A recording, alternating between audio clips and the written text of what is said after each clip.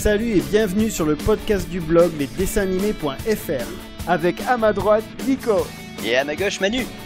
Et devenez incollables sur les dessins animés en tout genre. Bonjour et bienvenue chers auditeurs. Aujourd'hui nous allons parler d'un animé qui a fait le buzz en 2015. Car aujourd'hui nous allons parler de Gate au-delà de la porte. Et pour cela, pour parler de cet animé prestigieux d'Heroic Fantasy, j'ai mon chroniqueur expert Juju Bafi aujourd'hui. Comment ça va Juju? Bah ça va très bien, bonjour tout le monde. Bon, prêt à nous parler de Gate et de ses personnages hauts en couleur? On va essayer. Donc je vais te laisser un petit peu résumer l'histoire de Gate qui est assez fantastique. D'accord. Donc le résumé est assez simple et rapide. Donc en fait on a un héros qui s'appelle Yoi Itami, sous-lieutenant, qui pendant sa permission pour aller à une convention, parce qu'il est fan de fanzine en fait. Oui, c'est ça, ouais. Un gros otaku. Voilà, un gros otaku. Donc il profite de sa permission pour y aller et il se retrouve dans une gare et au même moment une porte gigante apparaît une porte dimensionnelle immense où d'un coup de nombreux soldats, dragons et autres créatures fantastiques qui sont pas du tout de notre époque sortent de cette porte et attaquent toute personne qui s'y trouve, enfin qui se trouve devant la porte. Pendant que du coup le sous-lieutenant aide les civils et les forces d'autodéfense vont neutraliser rapidement ces créatures, parce que bon, vu que nous on a des armes et pas les créatures, donc ils sont vite détruits. Et donc du coup plus tard le gouvernement va décider d'envoyer des militaires de l'autre côté pour voir ce qui se passe, pour empêcher une nouvelle attaque et voir ce que se passe là-bas, quoi, pour enquêter. Et du coup bien sûr le héros va devoir y aller, quoi. Oui, c'est ça. Donc voilà, déjà pour un petit résumé. Voilà, donc on va un peu approfondir bien entendu, oui. n'est-ce pas? Parce que ce qui est assez drôle en fait dans l'histoire en général, c'est qu'on est avec un héros malgré lui. Parce que finalement, il va être catapulté par la presse japonaise en tant que héros de l'événement, de l'événement qui a eu lieu lors de l'ouverture de la fameuse porte dimensionnelle. C'est ça. Où tout un tas de créatures venues de l'univers d'un roman de Tolkien est apparu, quoi. Notre pauvre Itami justement se retrouve héros malgré lui, promu aussi malgré lui. Alors qu'il voulait rester, on va dire, dans un rang un peu sous-officier, quoi. Voilà. Lui, en fait, ce qui est rigolo, c'est qu'on est avec un héros qui est assez passif, on va dire, dans son caractère, qui est en fait rentré dans l'armée. Tu comprends qu'il est rentré dans l'armée parce que il voulait vivre sa passion. Donc en fait, il voulait gagner du pognon pour balancer du pognon dans sa passion, qui est justement les fanzinales. Voilà. Qui d'ailleurs là ça le fait chier justement d'aller là-bas, parce que justement il rate déjà la première convention. Donc du coup à cause de ça, en plus, oui, c'est ça qui est rigolo, c'est qu'il rate la convention, ce qui est assez drôle, quoi. Et bien entendu il devient le héros malgré lui, parce qu'il sauve tout un tas de gens, de la menace justement venue de cette dimension là, quoi, de cette dimension Heroic Fantasy qu'on découvrira au fur et à mesure des épisodes. Et bien sûr il est envoyé, lui qui justement ne voulait pas partir au-delà de la porte, de la fameuse porte dimensionnelle, comme il a été catapulté en tant que grand héros, grand défenseur du Japon, il fait partie de du fameux bataillon qui part en fer de lance à travers cette nouvelle porte. Et donc on va découvrir tout un monde d'Heroic Fantasy au-delà de cette porte. Donc on va retrouver vraiment toutes les créatures qui composent en général un univers d'Heroic Fantasy, des nains, des elfes noirs. Dans les créatures qui attaquent, qui font la première attaque, on voit des gobelins, des ogres. Il y a des dragons, voilà. Il y a vraiment tout ce qu'il faut pour faire un bon petit monde d'Heroic Fantasy. Et bien entendu, donc, alors ce qui est très intéressant dans Gate, c'est que toute la série va se focaliser sur cette rencontre, en fait. Cette rencontre quelque part de notre réalité à travers, on va dire, une réalité fantastique, heroic fantasy en gros. Et c'est assez rigolo parce que justement, donc l'auteur qui est Takumi Yanai, justement part du constat où il veut rester justement très réaliste dans son approche en fait. Et c'est ça qui est super intéressant dans Gate, c'est on suit vraiment des militaires. On suit vraiment des militaires de carrière qui vont découvrir un nouveau monde, avec tout l'armement et tous les dispositifs armés modernes que nous connaissons. Et en fait, ils vont faire face à la réalité en fait d'un monde d'heroic fantasy, c'est-à-dire des draconniers à dos de dragons, des archers, des armées complètement médiévales en face. Un peu nos armées qu'on avait à l'époque. Voilà, c'est ça. Les armées d'un autre temps, quoi, quelque part. C'est ça. Ouais. Bien entendu, l'intérêt aussi, c'est que dans ce monde-là, il existe la magie. Bien sûr. On va très très vite découvrir qu'il y a des magiciens et des sorciers, il y a différents styles de magie. Il y a aussi... c'est comme ça d'ailleurs que la porte est un peu arrivée là. Justement, on pourra parler de la porte un peu plus précisément.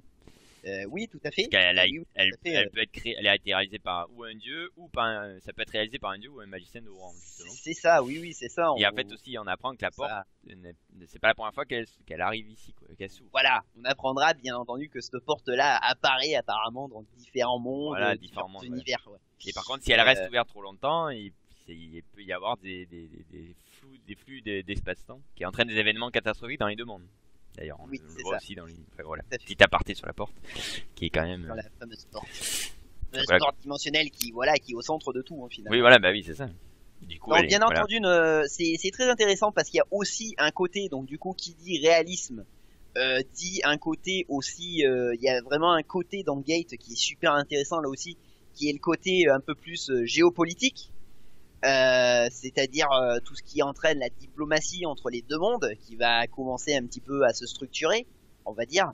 C'est vrai que dans un premier temps, il y a vraiment la force d'autodéfense japonaise qui va être dans un premier temps, on va dire offensive ou défensive, dans le sens où ils vont vouloir justement protéger la porte dimensionnelle pour qu'il n'y ait plus d'incursion des autochtones sur notre terre.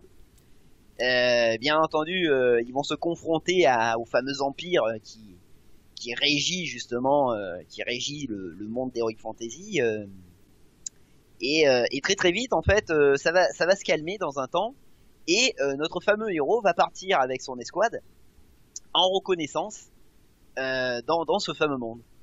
Donc c'est là où c'est très très intéressant parce qu'on tombe du coup dans une partie qui est beaucoup plus humanitaire et beaucoup plus diplomatique, quoi. Mais c'est ça, il va aider les gens. C'est-à-dire que voilà, le héros va aider les gens, voilà, les fameux militaires japonais vont aider les gens, des dangers, vont découvrir justement les dangers qui peuvent être liés à ce monde d'Heroic Fantasy, ce qui est super intéressant. Et ils vont faire plusieurs rencontres haut en couleur, n'est-ce pas? Oui, c'est ça. Donc dans un village, ils vont rencontrer notre fameuse magicienne mono-expressive Lala Lelei. C'est ça. En chemin, ils vont tomber dans un village elfe qui a été détruit par un dragon, par un immense dragon rouge. Ils vont retrouver donc dans le puits de ce village elfe la fameuse elfe traumatisée justement par la perte de sa famille, mais qui n'en est pas moins courageuse, la fameuse Tukaluna. C'est Tukaluna, c'est ça? Oui, c'est ça. Ouais. Tukaluna, voilà, qui est vraiment la Dido, quoi. Hein. On retrouve un petit peu la fameuse Dido des chroniques de la guerre de Lodos, quelque part. Oui, c'est ça. Et ça nous fait vraiment plaisir. En plus jeune, peut-être. Voilà, c'est une petite ado. Elle a 150 ans, mais c'est une ado pour une elfe. C'est une ado pour les elfes, voilà. Voilà, c'est ça. C'est ça qui est génial. Donc, pendant leur exode, on va dire, avec le fameux village qu'ils ont sauvé, on va dire, de l'attaque, qu'ils ont prévenu, on va dire, de l'attaque du dragon, ils vont rencontrer en chemin la terrifiante ou la terrible, la charismatique Rolly Mercury. C'est ça.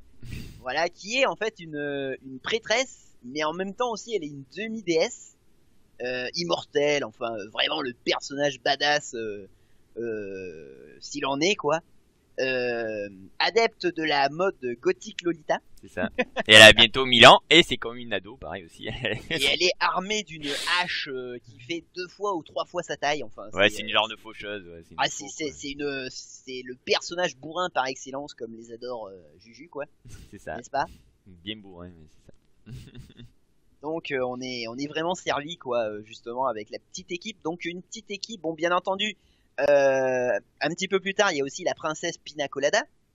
Donc justement, Oui. qui va permettre justement un premier pont diplomatique avec l'Empire, justement. Voilà, s'ils vont se faire des alliés, ouais.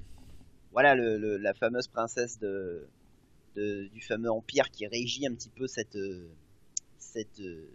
monde, on va dire. Et justement, ça va pouvoir créer déjà un premier pont diplomatique entre les deux nations, on va dire, entre les deux entités. Et donc là aussi, la princesse qui est assez drôle parce que justement, elle va faire partie aussi de ces personnages avec la magicienne qui vont un petit peu s'intéresser justement aux militaires japonais, Oui, voilà, et, ouais. leur pays et justement à leur technologie, à leur apport culturel aussi quelque part, parce qu'elle va devenir un petit peu fan de boys love, quoi, de manga pour jeunes filles, Oui, quoi. c'est ça, oui. C'est rigolo ça aussi d'ailleurs. Oui, ils découvrent notre monde, en Et, fait. Ouais, ça. Ils sont et donc curieux. voilà, oui. Donc les Lei là, la Lena, elle, la magicienne, elle est plus dans la découverte, on va dire, de notre science, C'est ça. parce qu'elle va, voilà, elle va voir que en fait, notre monde est vraiment très très évolué au niveau scientifique par rapport au leur, et donc ça va lui permettre justement elle d'améliorer sa magie, de devenir encore plus forte, de devenir encore une meilleure magicienne que ce qu'elle est déjà. Donc c'est assez intéressant justement. Parce que moi, justement, j'avais regardé à l'époque, bien avant Gate, j'avais regardé une autre série qui partait un petit peu du même constat, qui s'appelait Outbreak Company, et qui, elle, pour le coup, c'était ce que je lui avais reproché à cette série-là, c'est qu'elle était pas assez réaliste. Elle était beaucoup plus dans le registre comique. Dans le registre comique et vraiment otaku, quoi. On était aussi avec là pour le coup on était vraiment avec un héros qui était purement otaku. Alors que là finalement, quand on suit en fait Yuji Itani, donc le héros de la série, le fameux lieutenant, quoi. Certes il est otaku, mais c'est pas forcément ça qui est forcément mis en avant tout le temps, on va dire. Donc ça c'est très très intéressant. Et du coup, on va apprendre. Ils vont apprendre aussi que finalement c'est pas non plus qu'un seul soldat, c'est un très bon soldat, quoi. Après, Oui, voilà. Ça qui est assez rigolo aussi, c'est qu'on va découvrir, voilà, que c'est pas un PD, quoi. Il a Pour être passé poli. son stage commando. Voilà. Voilà, c'est que non seulement il a passé son stage commando, mais en plus il est classé S, quoi. Voilà, mais en fait, parce qu'il a une apparence d'un mec badaud, et finalement. En fait, il est nonchalant. Voilà, ouais, t'as pas il est l'impression que c'est un bon très soldat, en fait. nonchalant, Alors que voilà. il est pas du tout autoritaire en plus avec son escouade, Voilà, enfin, avec les membres de son escouade, on va dire. Donc c'est assez rigolo, quoi. Et ils vont rencontrer aussi, par contre, aussi l'elfe noir aussi. Ils vont rencontrer. Ah oui, Il va faire partie aussi de l'équipe un peu. Oui. la fameuse elfe noire, voilà. Qui est pareil, qui s'est fait attaquer par le beaucoup même plus dragon tard, qui a attaqué aussi. Ouais, la cas. fameuse Yao. Voilà.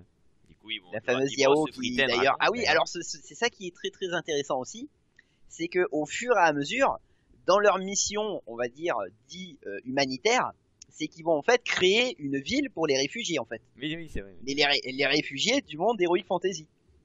Mm.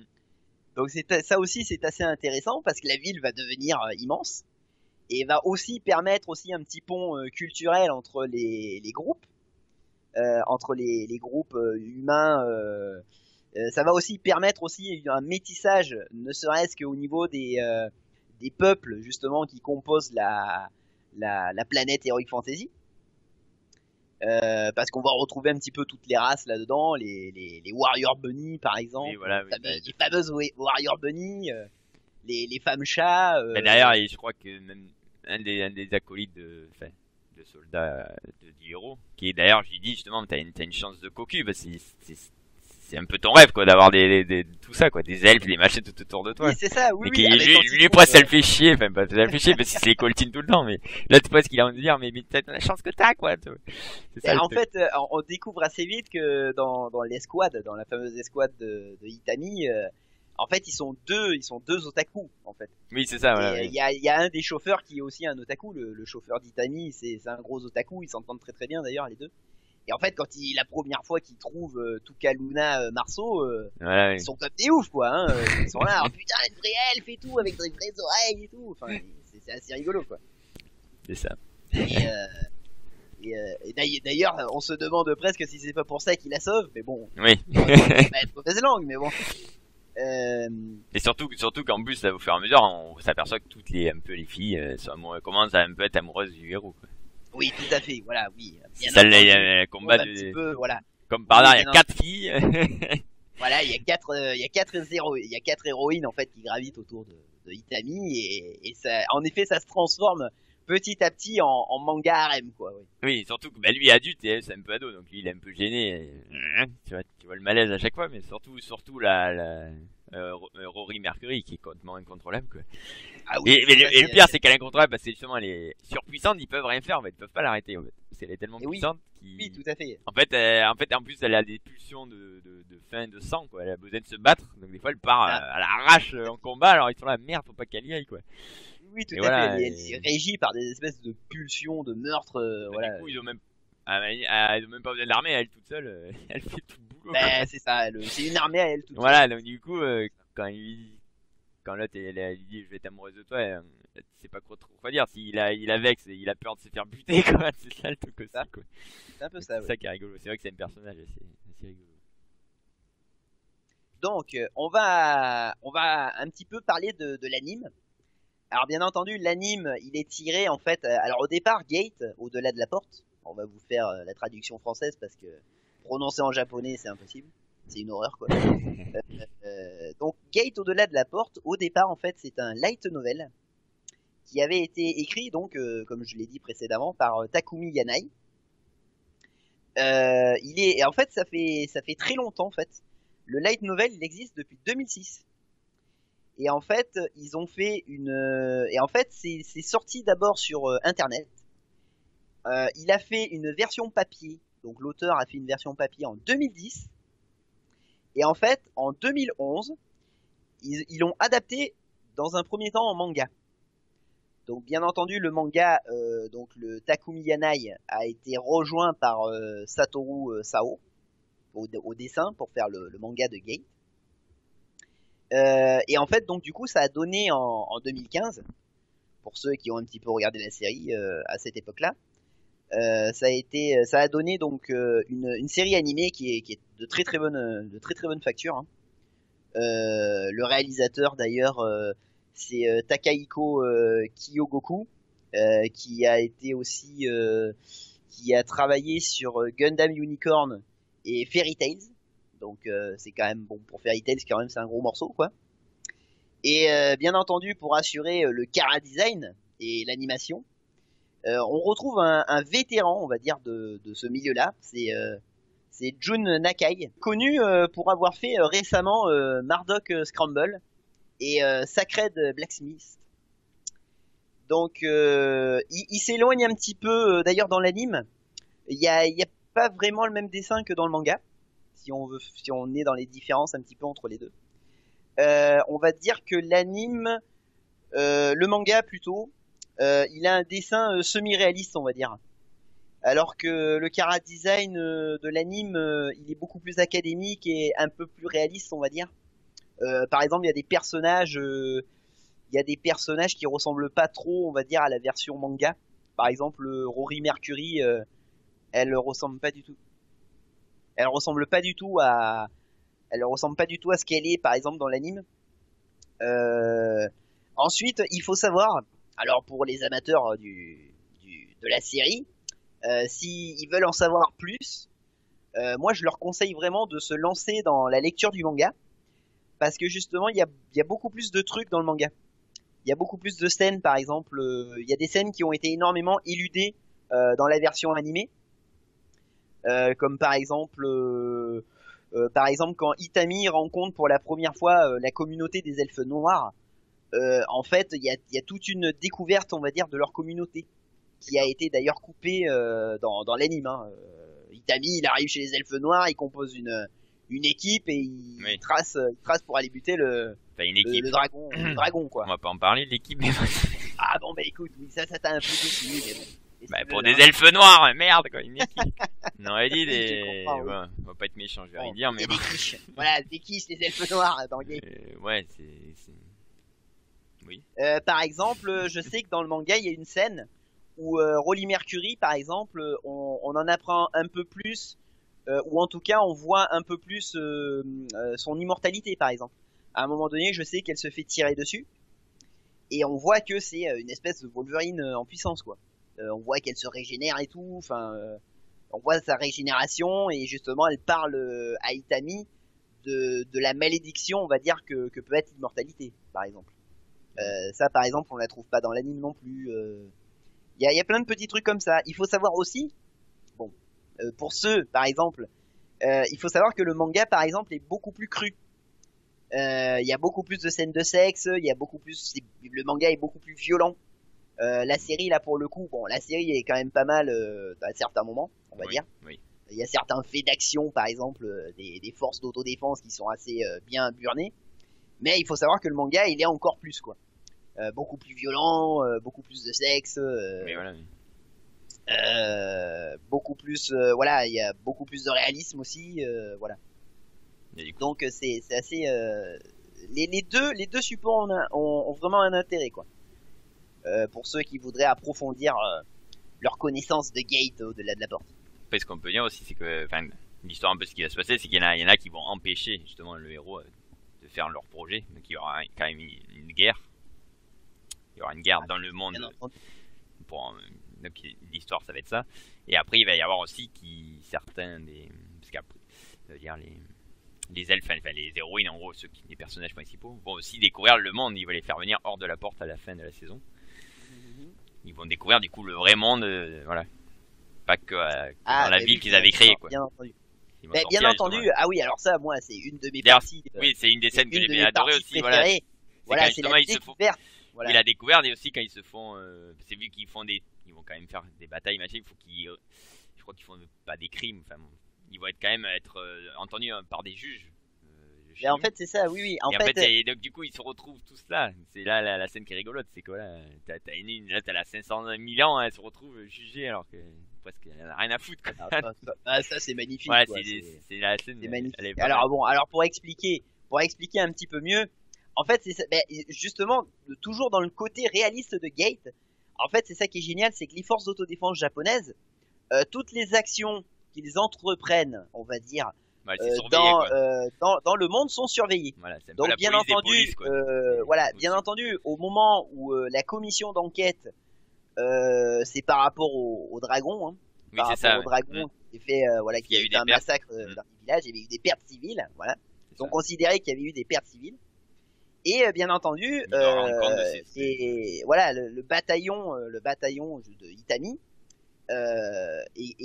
passe carrément en commission d'enquête, voilà, passe carrément devant une commission d'enquête civile. Et bien entendu, il faut qu'il ramène des témoins donc du monde d'Heroic Fantasy. Donc bien entendu, comme témoin, Itami voulait ramener donc Tuka et Lelei. Car bon, il considérait que c'était les deux plus posés, les deux plus, on va dire, contrôlables, si jamais il y avait une couille. Sauf que le problème, c'est que la fameuse Rolly Mercury était contrôlable. Voilà, s'en mêle et veut elle aussi venir dans le monde d'Itami. Et du coup, il peut pas l'empêcher. Dans le fameux Japon. Donc bien entendu, Itami ne peut pas lui dire non, sous peine de risquer sa vie. Et bien entendu, c'est assez rigolo parce que du coup, il y a un élément, on se dit, mais il y a le pire élément perturbateur qui va venir au Japon, ça va être une catastrophe. Et finalement, ce qui est génial, c'est qu'il y a un twist. Et on se rend compte que finalement, c'est l'élément le plus incontrôlable qui va régler la situation de main de voilà, maître. c'est ça, voilà. Ah, c'est magnifique. En fait, quand on s'aperçoit qu'elle a un corps d'ado, mais elle est pas conne non plus, quoi. Elle est très vieille, en fait. Voilà, elle est très vieille, mais non, parce qu'elle a une apparence d'enfant. La sagesse. Voilà, quelque part, la c'est la sagesse, sagesse d'une vieille dame, quoi. Oui, c'est ça. Donc c'est assez génial. Et donc du coup, on a un des passages pour moi, un des meilleurs passages de Gate, quoi. Hein, la commission d'enquête là. Bah, de toute façon, à chaque passage de Rory Mercury, c'est fabuleux. N'importe quel passage, il est bien. Quoi. Et bien entendu, ce qui est aussi intéressant dans cette partie-là, quand ils sont au Japon, on va en découvrir un petit peu plus sur le héros. Oui, aussi, oui. On va découvrir qu'il est marié. Oui. Donc ça, c'est assez rigolo. Et il y a surtout ce qui est vraiment génial, c'est qu'on va vraiment découvrir que les grandes nations, les grandes puissances se font toute une guerre d'espionnage pour en savoir justement pour essayer de gratter un petit peu ce qu'il peut y avoir à gratter de ce nouveau monde justement. Donc ça aussi c'est très très intéressant au niveau politique, on va dire, au niveau géopolitique et politique, de voir comment le Japon s'en sort face aux incursions, aux infiltrations d'espions qui veulent en savoir un petit peu plus sur le fameux monde Heroic Fantasy. Donc ça c'est assez rigolo aussi. Mais tu dis, il est marié, mais c'est pas sûr, il est divorcé, je crois. Hein. Ah, oui. Il était marié. Et je crois que sa femme, elle est pas journaliste, c'est pas ça? Je crois qu'elle est journaliste. Non, sa femme, justement, elle écrit des light novels, je crois. Oui, voilà, c'est ça. Elle fait du fanzine. Enfin, ils se voient, ils s'entendent bien, mais tu vois qu'ils se rencontrent. En fait, c'était un mariage un peu arrangé. Oui, voilà. Ça, c'est rigolo. Tu comprends que. Ils se voient toujours, mais voilà, il était marié. Tu comprends qu'il s'était marié avec son ex-femme pour en gros la financer dans ses. Elle aide un peu, je crois. Elle aide un peu dans la série, je crois. En fait, non, il continue à lui verser une pension, en fait. Oui, une pension, mais je crois qu'à un moment, elles vont chez eux, non? Elles vont pas dormir pas chez elles. Si, justement, oui, ouais. Si, justement. Comme ils sont poursuivis par tout un tas d'espions et il y a justement le seul endroit, on va dire, où ils peuvent un petit peu respirer, un petit peu échapper à ces mecs-là parce qu'ils n'auront pas l'idée d'aller chercher là, on va dire. Bah, c'est ça. Il va chez son ex-femme, quoi. C'est assez rigolo, quoi. Surtout quand elle rencontre, voilà, les fameuses l'elfe. Oui, il dit qu'est-ce que tu fous avec 3 gamines, quoi. 4 gamines, c'est pas ce que c'est, quoi. Ouais. Donc c'est assez marrant, ouais. C'est assez marrant cette rencontre-là, ouais. Et d'ailleurs, je crois qu'à la fin, il les amène tous au fanzine, le fameux salon. Non, non, en fait, il retourne au fanzine et une nouvelle fois, il peut pas y aller, quoi. Ah oui. Donc c'est un petit peu la blague récurrente. Oui, c'est ça. Jamais aller. Il a pris sa permission exprès pour aller, voilà. L'année qui finalement il y a une année qui se passe et je pensais qu'il les amenait, je me rappelle plus, je crois qu'il les a amenés. Non justement enfin, je crois que oui, non, mais c'est fait embarquer par la police. Oui, c'est ça, oui, c'est embarqué. Oui, il recroise d'ailleurs, je crois qu'il recroise sa femme, son ex-femme. Donc c'est assez rigolo, oui. Bah, son ex-femme le voit se faire embarquer par la police, je crois. Donc ouais non mais après sur si on peut revenir sur les autres différences entre le manga et l'animé. J'ai pas lu le manga, donc tu peux y aller. Ouais. On en apprend beaucoup plus aussi sur certains personnages. Et ça c'est un petit peu dommage. Je parle pour la seconde saison. Par exemple, il y a un personnage que j'avais bien apprécié. C'était Delilah. Donc en fait, qui était l'espionne. En fait, tu découvres que c'était une espionne. Oui. Justement, qui était infiltrée dans dans la fameuse ville de réfugiés. Et en fait, c'est dommage parce que dans le manga, elle est beaucoup plus approfondie, ce personnage-là.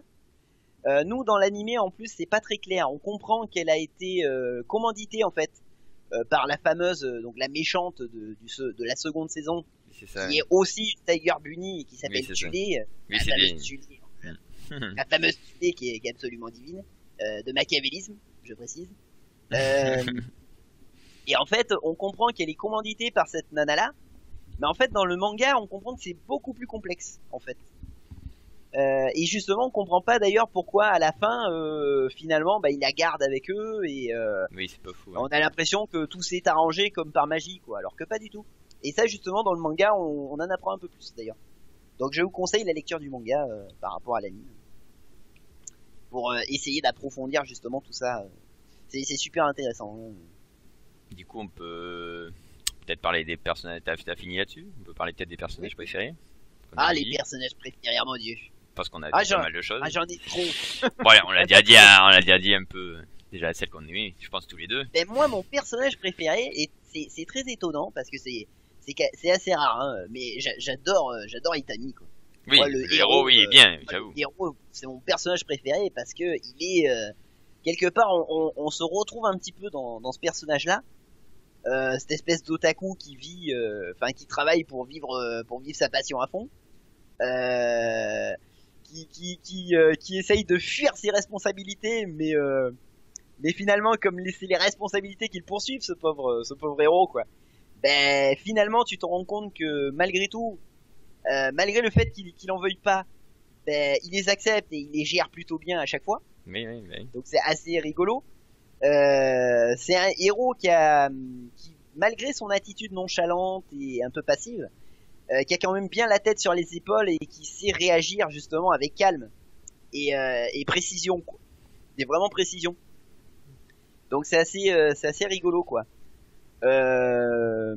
On est vraiment avec un héros qui est toujours réfléchi dans ses actions et qui va énormément profiter aussi des aides qu'il peut avoir un petit peu autour de lui, que ce soit du côté justement des habitants du monde Heroic Fantasy, Oui, voilà, oui. ou alors de ses supérieurs ou de Oui, de voilà, ses, il a des bonnes aides de partout. Oui. ou de ses voilà de ses subordonnés Oui, aussi, quoi. Oui, bah oui. Donc ça c'est vraiment intéressant parce que finalement on se dit que le héros il est à l'antithèse finalement d'un grand meneur d'hommes et finalement on se rend compte qu'il l'est quand même, quoi. Mais à sa manière, quoi. Et ça c'est vraiment intéressant de la part de ce personnage-là, quoi. Bon, après ils sont quasiment tous bien finalement dans cette série, tous les persos. Ils sont tous un charisme. Ah bah après voilà mon perso Ah bah oui. féminin préféré ça reste Rolly Mercury. Ah bah quoi. moi aussi, c'est clair. Voilà, Allez. qui est fabuleuse de bourrinage Ouais, ils sont pas mal. avec sa fameuse hache qui virevolte au firmament. Ah là là, c'est beau. Ah, j'avoue. C'est beau. Non, oui. Un autre personnage qu'ils ont pas assez mis en avant et je me dis à celui-là franchement, je pense on va tomber des nues. Bah déjà on tombe déjà un peu des nues parce qu'on commence un petit peu à savoir que ce mec-là c'est pas trop tant la brêle qui veut bien le laisser croire. C'est le mentor de Lélay. Oui. Le maître de Lélay, Oui, le oui, petit oui. vieux là, Oui, bah oui. l'espèce de tortue géniale là, C'est ça. l'espèce d'obsédé là. Ah lui franchement il a rien montré encore. Hein. Oui, bah je pense qu'il Ouais, quoi. si déjà que la petite elle envoie déjà du lourd, lui je pense Ah oui, bah, c'est son maître donc. Lélay elle est ultra puissante, oui, on découvre petit à petit qu'elle est monstrueuse aussi, quoi. À sa façon, quoi. Oui, voilà, alors que finalement les deux elfes font pas grand chose. Si l'elfe blanche un petit peu, mais pas non plus. Bah, en tout cas le souci c'est qu'elle a son espèce de post-trauma là qui la bride un peu. Voilà. Après l'elfe noire elle fait rien du tout carrément je crois. On voit carrément dans la saison 2 qu'elle commence à devenir complètement folle, quoi. Oui. Si les héros font pas quelque chose pour elle, elle va finir complètement folle, quoi. Donc Oui, ça aussi, le personnage d'ailleurs est très touchant, hein, de tout cas. Ah oui, c'est sûr. De tout cas Marceau, elle est vraiment très très touchante, l'elfe, justement. Après c'est l'elfe noir qui fait pas grand chose comme je dis. Ah, Yao, Yao, On s'y attend pas parce que quand on connaît un peu l'Heroic Fantasy, l'elfe noir c'est quand même quelque chose. C'est l'elfe noir. Ah ben c'est sûr que oui, si quand on est un peu rôliste et qu'on Voilà. a fait des jeux de rôle, oui, on sait L'elfe que noir c'est l'elfe noir, mais là non. Ah oui. C'est pas trop. les elfes noirs selon la classe que tu prends, c'est des brutasses, oui, ça c'est sûr. Mais là non. Bon là c'est vrai qu'ils ont pas trop brillé, ils font pas trop briller les elfes, ouais. Non là non, non les elfes non. Bah, ouais. Il est fort en âge, oui. Bah, Mine de rien, Touka, on Si, voit c'est ce quand que même j'ai dit, qu'elle oui. elle maîtrise assez bien la magie quand même. Oui, c'est ce que j'ai dit, elle commence à faire des trucs. Mais Parce que lors de la bataille d'Italica, Oui, elle fait des petits trucs sympas quand même. Hein. Oui, elle fait des trucs sympas, je suis d'accord. Mais je parlais, voilà, mais l'elfe noir par contre, voilà, qui techniquement. Bon, les elfes noirs elles sont là pour se faire bouffer et puis c'est tout. Voilà. Attends, pas Ouais. tout demander non plus. Hein. Oh là là. Ah, Donc c'est voilà, génial. je pense qu'on a fait le Et tour. dans tes personnages préférés, non? Ah bah, elle est comme t'en as toi. pas un- Comme toi, non. Ah, comme moi. Ouais, le héros et elle, et Roy Mercury. J'avoue que c'est les deux. Ah, j'ai bien aimé, moi, par contre. Ce que j'ai bien aimé comme personnage, c'est la sœur, par contre, de Lélay. Oui, aussi, oui, j'avoue. Ah, ça. Oh là Elle est là, aussi le barrée, personnage. ouais. Elle est un peu Ah oui, barrée. le personnage. Enfin, qui est barré, mais autrement, quoi. C'est- Oui, voilà, oui. Qui est jalouse, en fait. C'est la grande sœur. Alors, c'est ça qui est génial. C'est que c'est la grande sœur qui est jalouse de la petite sœur. Bah oui, parce que oui, sa petite sœur va devenir. Elle a tout fait avant elle, quoi. Voilà, c'est qu'à 15 ans, elle a déjà passé le truc des grands maîtres, alors que. L'autre est complètement folle, quoi. Ouais, c'est fabuleux. Encore un personnage assez foufou. C'est dommage parce que bon, on n'a pas d'annonce de troisième saison, hein, bah hélas. Oui. Mais bon, ça c'est vraiment pas... dommage parce que moi, par exemple, bah, voilà, les deux sont bien. Il y a quand même une fin, donc pourquoi faire une suite? C'est bien. Ouais. Des fois, c'est pas plus mal. Il y a une fin qui est quand même assez ouverte dans la. Oui, dans c'est la ouvert, donc saison. c'est fait pour faire s'il faut une troisième. Mais je trouve que il y a pas vraiment besoin de faire une troisième. Je trouve voilà. pas mal. Bah c'est dommage parce qu'on se doute que. Et quoi faire d'autre? À la fin de la seconde saison, c'est vrai qu'il y a énormément de changements. Ça bouge énormément. Au niveau géopolitique, je parle dans le monde Heroic Fantasy, il y a carrément un retournement de situation, quoi.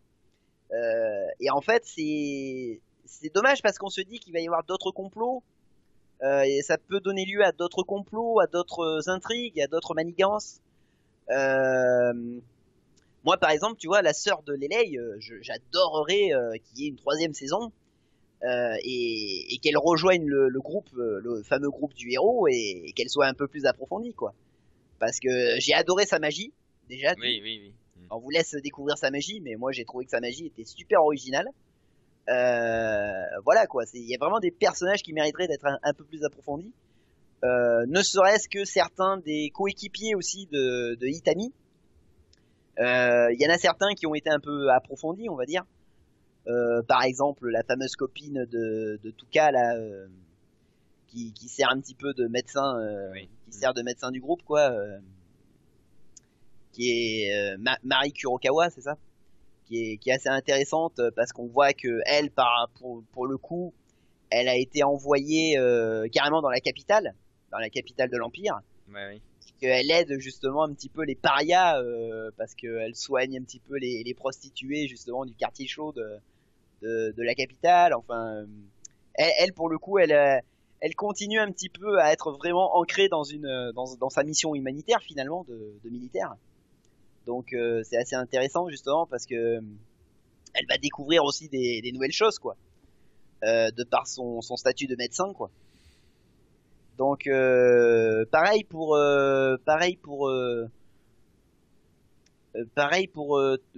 comment dire, il y a certains officiers par exemple qui auraient mérité aussi d'être approfondis là. Oui, non, c'est sûr. Mais après, comme je dis, c'est une série qui n'a pas besoin d'avoir beaucoup de saisons, quoi. C'est pas comme des séries fleuves comme One Piece, tout ça. Je trouve que 2 saisons c'est bien, je trouve. Pas besoin d'en faire plus, je pense. Ah ouais. Parce qu'après faire quoi, c'est difficile, parce que bon, après ce sera toujours la même chose, quoi. Enfin, je sais pas. Enfin, ouais. Je trouve que les deux sont bien. Après, une fin ouverte, c'est bien, donc ça prouve qu'un jour peut-être qu'ils sont décidés d'en faire une autre, mais je trouve que les deux sont très bien. D'accord. Toi, 2 saisons, ça t'a suffi? Bah, pas que ça suffit. Elles sont bien faites. Genre, ça serait dommage peut-être de gâcher, je sais pas, de faire une suite qui serait pas bien, ou je sais pas. Je trouve que. Je trouve que c'est une série qui est pas obligée d'avoir plein de saisons, quoi. Je veux dire. Bon, après, je pense que le manga continue. Hein, oui, voilà. Bon, bah, de toute façon, les mangas continuent toujours souvent. Le manga continue, hein, pour ceux qui veulent continuer. Oui, peut-être, parce que ça s'est arrêté fin 2016, donc peut-être il y a pas si longtemps. Hein, donc, ouais, tout à fait, oui. Le dernier épisode en mars 2016. Donc bon, pas non plus. Il y aura une suite, quoi, on verra. J'espère. J'espère vraiment. En tout cas, allez la voir, c'est sympa. Une bonne petite série. Que moi j'ai vu du coup sur YouTube. Oui, c'est vrai. Oui, tout à fait. Et le manga, on peut le trouver d'ailleurs aux éditions Ototo. Je crois qu'il y a les 6 tomes. Hein. Il y a les 6 tomes déjà qui sont parus et c'est toujours en cours. Hein. Normalement, il devrait y avoir un 7e tome qui devrait pas tarder à tomber d'ici peu. Donc voilà. Donc voilà, on a fait le tour. Donc voilà, donc si vous aimez les bidasses, avec un armement militaire au top, si vous aimez les dragons et l'univers Heroic Fantasy, si vous aimez les héroïnes hautes en couleur, comme Rolly Mercury, alors franchement, Gate au-delà de la porte est fait pour vous. On saura pas combien encore vous la recommandez, cette série. Moi, personnellement, c'est une série en plus qui est tombée, je trouve, au bon moment. Parce que j'étais en train, moi, de regarder un petit peu toutes ces séries Log Horizon, Sword Art Online, qui tournaient un petit peu sur la même thématique, et de voir en fait une série finalement qui est Heroic Fantasy et qui justement ne suit pas, on va dire, la mode du moment. Franchement, ça fait plaisir, quoi. Donc foncez Wargate, y a pas d'hésitation à avoir, c'est un très très bon divertissement, et face à toutes ces séries où on est plongé dans des jeux vidéo, là pour le coup on est vraiment dans le réalisme pur et dur, avec des militaires japonais qui investissent un monde Heroic Fantasy, et il y a toute une évolution, voilà, de cette aventure là. Donc franchement, jetez-vous à fond dans l'aventure Gate. Sur ce, on va vous laisser. Oui. Mon petit Juju, ma fille, hein. On va laisser nos chers auditeurs. Et puis à bientôt. On va leur dire à bientôt. Allez, Allez. tout le monde. Ciao tout le monde.